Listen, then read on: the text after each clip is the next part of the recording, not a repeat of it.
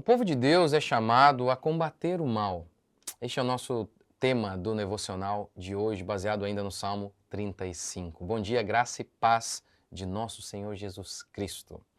Aqui no Salmo 35, Davi, eu já falei para vocês, isso é um salmo imprecatório, Davi está clamando para que Deus faça justiça contra os seus inimigos. E eu disse, olha, aqui, eu já expliquei isso nas outras, nós não vamos orar assim por nossos inimigos, já expliquei por que disso nas outras orações.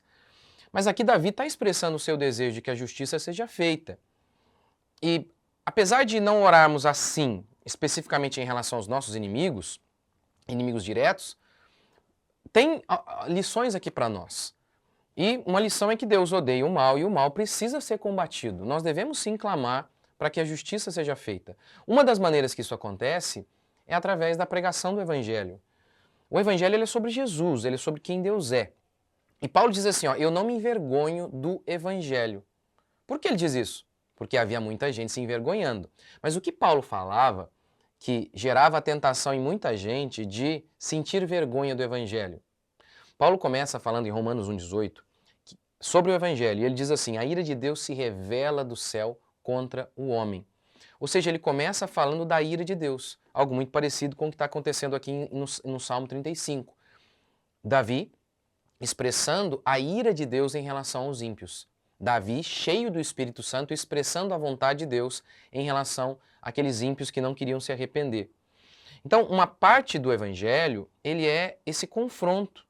O Evangelho, ele fala do amor de Deus, mas no final. O Evangelho, ele começa com a ira de Deus, como Paulo faz em Romanos 1,18. Paulo ainda chega a dizer que não se envergonha do Evangelho porque nele se conhece a justiça de Deus.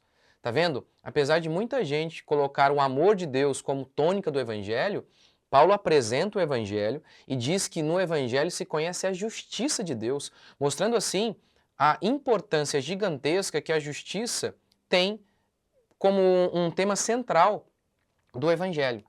Mas pastores que diante de uma plateia de homens em pecado dizem, Deus te ama, você é maravilhoso. Essas pessoas ouvem isso e continuam seu trajeto rumo ao precipício. Pecadores não precisam de estímulo, pecadores precisam de repreensão. Então vamos lá. Como que, por meio, não é um desejo de ódio ou de humilhar alguém, mas por meio da pregação nós combatemos o mal, nós expomos o pecado. Isso para que o próprio pecador se arrependa. Quer ver um exemplo? Tem um filme, Unplanned, acho que a pronúncia espero estar correta, Unplanned, e sobre, não planejado, né, Unplanned, que fala sobre uma moça que trabalhava na Planned Parenthood, que é aquela organização abortista, e ela trabalhava ali, e um dia ela conta o seguinte, que um povo fazendo um protesto em frente à clínica a chamou de assassina de bebês. E ela ouviu aquilo ficou ali na consciênciazinha dela. E aí um dia, ela era uma secretária, mas precisou ajudar no aborto, e ela viu a criança sendo triturada. E aí ela conta que ela lembrava daquelas coisas, que ela, né, da assassina de bebês, e aquilo foi mexendo com a consciência dela. E isso a levou ao arrependimento, e ela parou de fazer isso. Então, tá vendo? É fundamental isso. Expor o pecado, combater o mal, por amor inclusive ao pecador, para que ele veja seus pecados e se arrependa. É por isso que quando Paulo prega a Félix, o governador, diz o texto que Paulo falou sobre a justiça, sobre o juízo, e diz o texto que Félix ficou amedrontado. E Félix era ímpio. O texto não diz que Paulo falou assim, não, vamos falar só do amor de Deus, porque ele não pode ouvir nada ainda sobre a justiça, depois que ele converter a gente fala sobre isso. Não! Então, a própria ideia do amor de Deus como que Deus pode nos amar? Como que o amor de Deus é um elemento fundamental da doutrina do Evangelho? Mas por que Deus nos ama? Porque a ira de Deus foi descarregada sobre Cristo.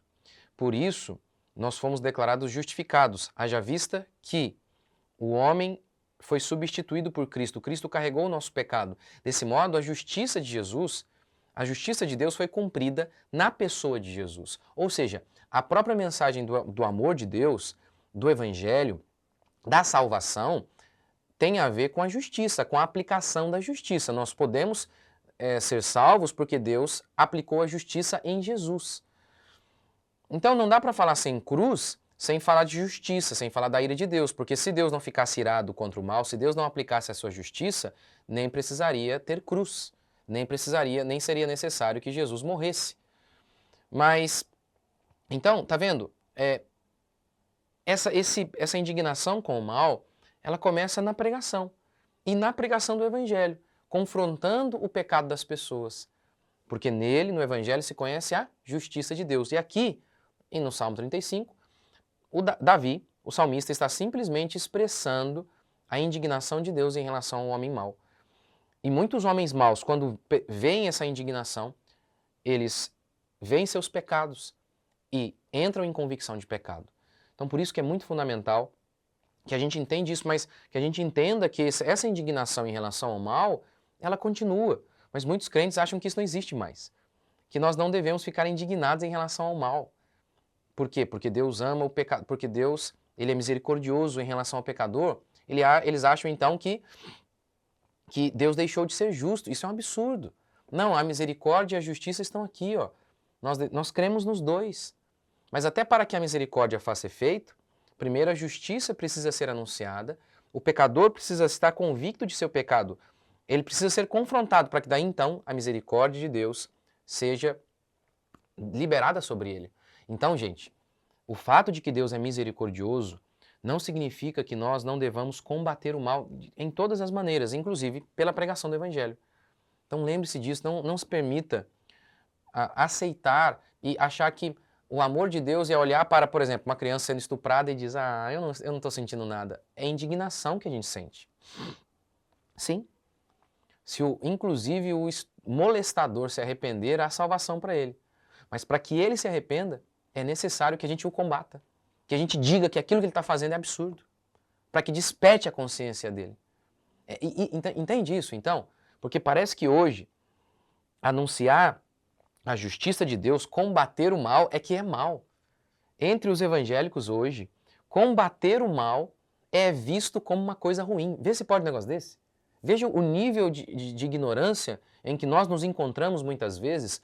A misericórdia de Deus, ela não anula a justiça. Lembra, tem um salmo que diz isso, né? A verdade, a justiça e a misericórdia, alguma coisa assim, né? Se encontraram. Onde? Na cruz.